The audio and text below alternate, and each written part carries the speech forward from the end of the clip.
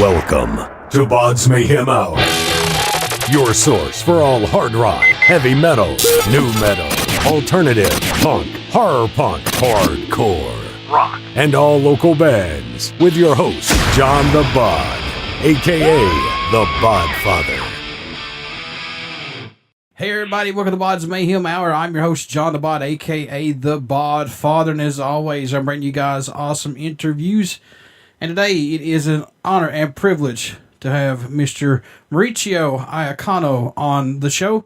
Going to be talking to him about Kataklysm's new album. Of course, he's the vocalist of Kataklysm. They have a new album called Meditations out in April. And Kataklysm formed in 1992 and is still pounding the metal world. And that says a lot, folks, for a band that's still out there today and the way today's music world is. So, Maurizio, how's it going, man? I'm doing all right, man. I'm just flew in here in Los Angeles, doing some press, and then we're going to be shooting a couple videos for the new album. And excited. We're excited for the record. I think we've hit it on. We've hit a big, strong record, and we're happy to put it out there soon. So exciting times. What's impressed you or excited you the most about making the new album, Meditations? What's caught your eye or impressed you the most about it, if anything, man? Well, you know what? It's the first record in over 10 years that we've written together as a band. Because you know when we first started, that's how we used to do it. We were kids. We didn't have families. We didn't have anything going on. It was just like, drink some booze and, smoke some cigarettes back then or weed or whatever, and just get in there and just, rock out and do, albums. We just like jam spot and just putting songs together, and it was just a very organic way of doing things. And then over the years, everybody got married and you got kids, and then things change. And with technology, it's very easy to just here's 200 riffs, put your drums behind it and I'll sing over it, and there's a record. And I think a lot of bands nowadays are doing things like that, using technology and not just writing organically. And I think this is the first time that we decided on this record, let's take couple months together, and then it ended up being a whole year of just us getting together in Chicago and Dallas and different places where everybody lives, and it's just like started writing. And it's the first time in over a decade, and I think the result was great, and just was amazing. Sometimes we'd wake up in the morning, have breakfast, and have no idea the fuck's going on. Nothing came out, so we'd waste a day or two. That's the downside of it. But other days, things came out that were just majestic. You know what I mean? So it's just a good way to write records, because that's how some of the classic records came out back in the day of different bands. And I think this is the right way to do it, and we were just happy to be able to do it that way again. So that was an exciting part for us. And you're so right, man. Everything these days is so crazy on how, recording wise and things like that. It's so right. crazy. It's just processed, you know what I mean? Everything is just overly processed, and it's just not, you're going out there, what about this riff, and what about if I do this on this? And then the drummer comes in and is like, hey, man, I'm going to put this beat in here. And then next thing you know, you got a big track, you know what I mean? You got a big song. And I really believe in that old way, old school fashion of writing. And, we really made an effort for that, that, and then using different producer, completely different producer than what death metal bands usually use, because we have a circle of producers that, do all the bands. We decided to go really outside the box on this record, and, use this guy, Jay Rustin out of California, where he works with bands like Stone Sour and Anthrax, and a completely different, genre of metal, that we're not used to really in our world. So when he got our record, he was like, holy shit, this is heavy. And I was like, yep. And he was like, well, it's going to take me a while. And I was like, that's cool, and then in the end, it was like 5-6 weeks later, which is long for a mix, when it was done, we were like, holy shit, this sounds great. I love the sound, and it's very organic, very clear. You hear everything, and we're very happy. Any songs off this new album that stand out more to you than any on it as of right now, possibly? I mean, I know this probably grows from each day to day, but are there any sticking out right now for you, possibly? I think Outsider is going to be a big song. I think it's very self-describing for Kataklysm. You know, we're a band that never really belonged to any movement, or we were never part of anything. We were just us, and we always felt a little bit on the outside of the industry, and so that song for sure came out naturally. There's another one called Narcissist on it. I think it's a big song. And you know, it's just a very complete record, man. There's songs on there that are very melodic and very dramatic, and then some songs are really just pounding, you know, in your face. And I think that's what Kataklysm has always been about, and I think it's very well executed on this album, you know. Now, this is cool. I thought this was really cool. You guys had producing from in-house. So how's working with guitarist JF Diagnos on this and drummer Ali Badoun as producers versus just guys in the band, man? Right. And, you know, over the years, we built 2 studios. One is up in Canada, where my drummer lives, and then the other one's in Dallas. And just with these 2 dudes, you know, building them studios, it was very easy for us to go in and then, you know, just self-produce the record, you know. And then, like I said, we had it mixed in California, and then we also used Paul Logus in New York. He mastered the album. He's the guy that did all the Pantera records. So it has that sharpness, you know, that Pantera had also in their records. So I think it's just this overall work, you know, and when you do it in-house like that, and, you know, you're right there to fix any problems that may occur, or just have the influence to change things as you go, it's a big weapon. So for us, it's been a big good thing. So how hard did they push you on this, man? They kick my ass. They kick my ass. Sometimes they're afraid to, you know. I was like, don't, just because I started the band, so it's kind of like I'm kind of, you know, the guy in front, you know, and then they sometimes don't want to tell me, dude, you know, do it again, you know. It's like whatever. But it was cool, man. You know, sometimes everybody needs a kick in the ass. So, you know, when it's time to get it, then you get it, you know.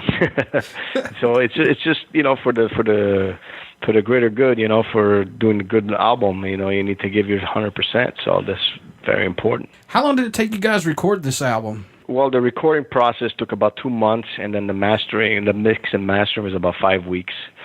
So, you know, it was about 3 months all in all to do it, but then we had to write it, and the writing was about 6 months. So it's been a whole year behind this album.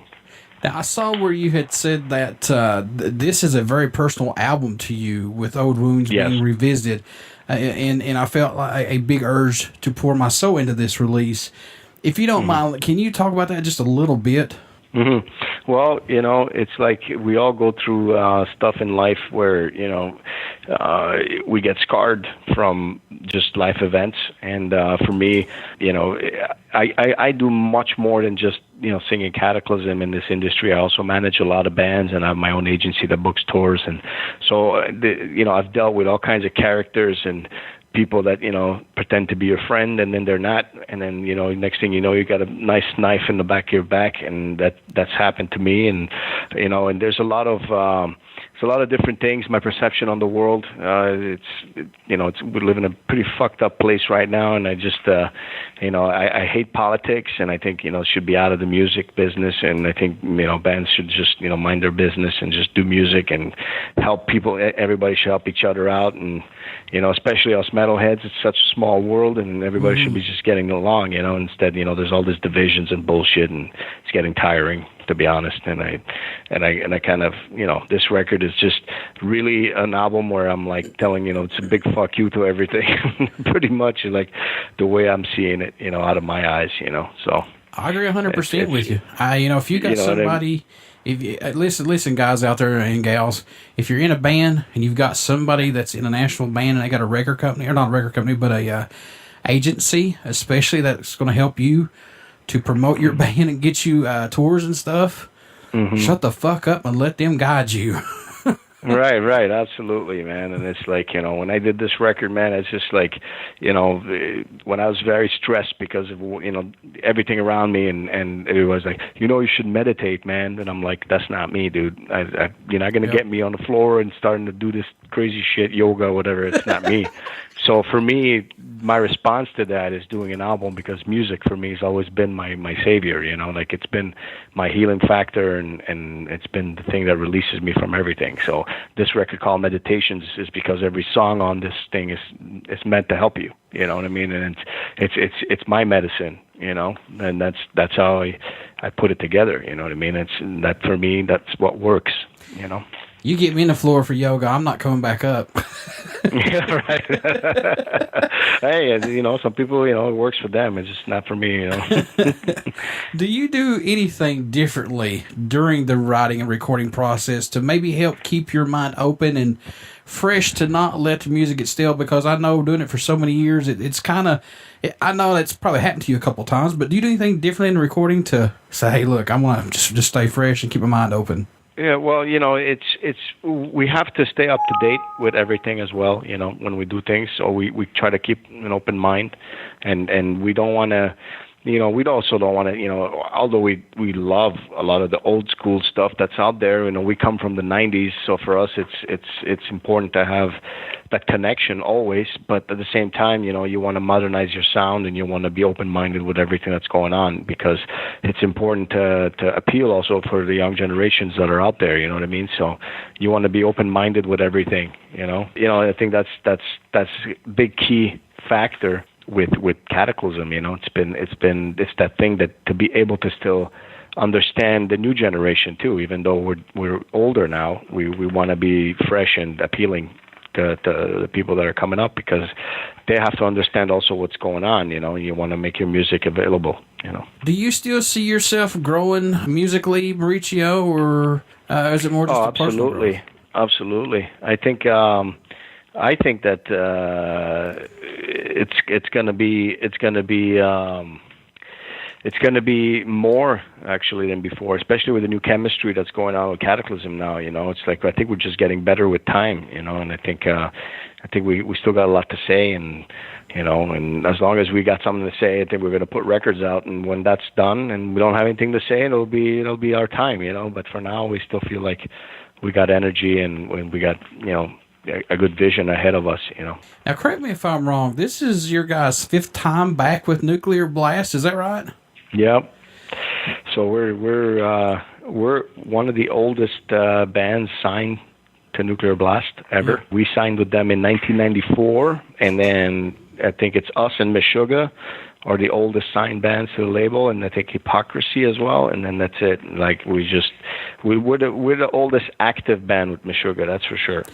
So they were only 5 years old when they signed Kataklysm back in the day. So what's so special for Kataklysm staying with Nuclear Blast, man? What makes this relationship gel so good? They discovered us when we were kids, and they just saw something in us that nobody else was seeing, and 13 records later, we're here. You know what I mean? And that to me, there's a loyalty going on. And at some point, we started blowing up, and there was a lot of demand behind Kataklysm, and we could have switched record labels even lately when we re-signed to them. But there's a good thing about staying loyal. And there's a loyalty factor that's important as well, and it all goes back to what I was saying before about, the rebellious factor of also, music, where I think it's lacking a little bit these days, in my opinion, compared to what, we everybody had something to say, like in the 90s and even in the early 2000s. And now it feels sometimes like, there's nothing out there that's really coming out, aggressive and, what metal's about. And then I think, Nuclear Blast has stood by Kataklysm all these years, and I think that we're one of those bands that, it represents them well, and it's just, it's gelling, you know what I mean? Mm-hmm. So it's, why not change something that works, Yeah, if it ain't broke, don't fix it. Right. What do you hope the fans take away from the new album once they start listening to it, or just Kataklysm's music in general? Well, like I said, it's a very mature record. It's organic. It's very different than what we've been doing in the past. It's a good starting point also for somebody who doesn't know Kataklysm that well. It's a good record for you to get your hands on and get a good feeling of where the band's at, because it's got influences from the old days, but it has also a very modern touch. So it's very complete album. So I think it serves the purpose of what we do.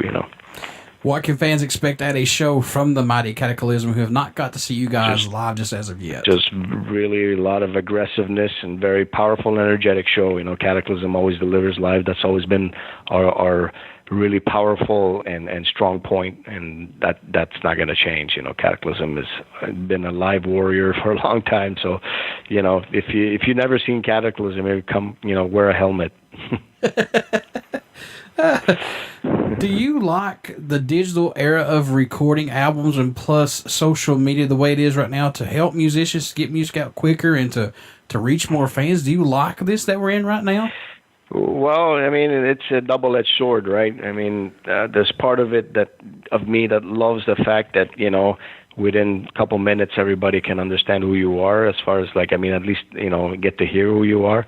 And then there's the part of me that's old school that loves the time, like the fact that, the world was much bigger in that time, and that it was much more difficult to get signed, was difficult to get to, people to know you. And there was a lot of really hard work behind it, but then that hard work translated into loyalty from your fans. Today it's so quick that you don't even know if in 2 months the same band exists. So it's a very different world. It's a the digital world. The only thing also I don't like personally is the fact that you really don't own the music. It's like you're either streaming it, which is renting it, or you're putting it in your phone. It's air. But at least in the old days, you'd had something you could hold on to, like a CD or a vinyl. That's going out the window, So I don't know. It's something that's the world we live in. So we have to accept it, and trying to find a way to make it cool again. Support wise, man, is there a country or a region that stands out more or surprises you? You guys get support from possibly over the years? Europe's always been the big market for Kataklysm. Germany especially is one. So it's Kataklysm's stronghold market. It's a place where we fill out every room there. It's just a big place for Kataklysm. Austria, Switzerland, same places. So European market very much so for Kataklysm, and then South America obviously is also very strong. And then we do pretty good in the U.S. and Canada, especially Canada, because whole band's from there originally, so it's easier for us there. But in general, Europe is the main place for Kataklysm, for sure. What made you want to become a musician? What was that spark for you, Maurizio, that said, "Yeah, that's what I want to do"? I bought the Kill 'Em All record from Metallica, man, and yes, sir. I was just Cliff Burton's bass. That's what got me into the distorted bass, and that got me to buy a bass, and I just got into playing, writing music, starting with that. So I was a big Metallica fan from day one, and then you do the whole natural transition from there, and it brings you to the extreme stuff. So that was the turning point for me. Isn't it like the first time you hear Cliff Burton play bass, you have to be in just awe of it? It's like, whoa. I was just like, this motherfucker's doing solos with his bass like a guitar player. I was like, holy shit, So I was just blown away, So he was just. It was just a really cool record, and having that, I never heard distortion in the bass before, and the guy just went all over the place with it, and I thought it was cool, and it got me into the band, and then it got me into metal in general, and then listen to Anthrax, Testament, all these bands, and I just got into the thrash metal scene real quick after that, and I was in that time where they were doing all these big records that was cool, and that was my upbringing, was more into thrash metal, and then eventually, I started listening to the heavy shit like Deicide and all the heavy stuff, and I got into that stuff, and the rest is history. I wanted a band, and we just all the different influences came together and created Kataklysm. I know you guys have a lot of albums out, but I hope I pronounced this right. Of Ghosts and Gods, I don't have it in front of me right now, but that's the latest one, the last album that you guys put out. I picked up that one, and I fucking love it, dude. Okay, cool. The Ghosts and Gods, right? Yes. Yeah. It's a big record, man. It's one of my favorite Kataklysm records for sure. It's just got real powerful sound, and the songs are great. Yeah, it's definitely up there for sure. How can folks stay in touch with you guys, buy some merchandise, buy this album, tour dates? How can they do that, man? Best way, always Facebook for now, and the Kataklysm website, kataklysm.ca is our main home, and then Facebook for sure. We're out there, and we keep it really busy with Instagram as well. So, I mean, that's the way to do it today, I guess, and that's where we at. Maurizio, before I let you go, good sir, would you care to do a promo for the show? No problem. Hi, this is Maurizio from Kataklysm, and you're listening to BODS Mayhem Hour. Everybody stick around. We got some great music coming up, and you only hear these interviews right here on BODS Mayhem and BODS Mayhem Radio Network. Thank you so much, Maurizio. Thank you, brother. Appreciate it.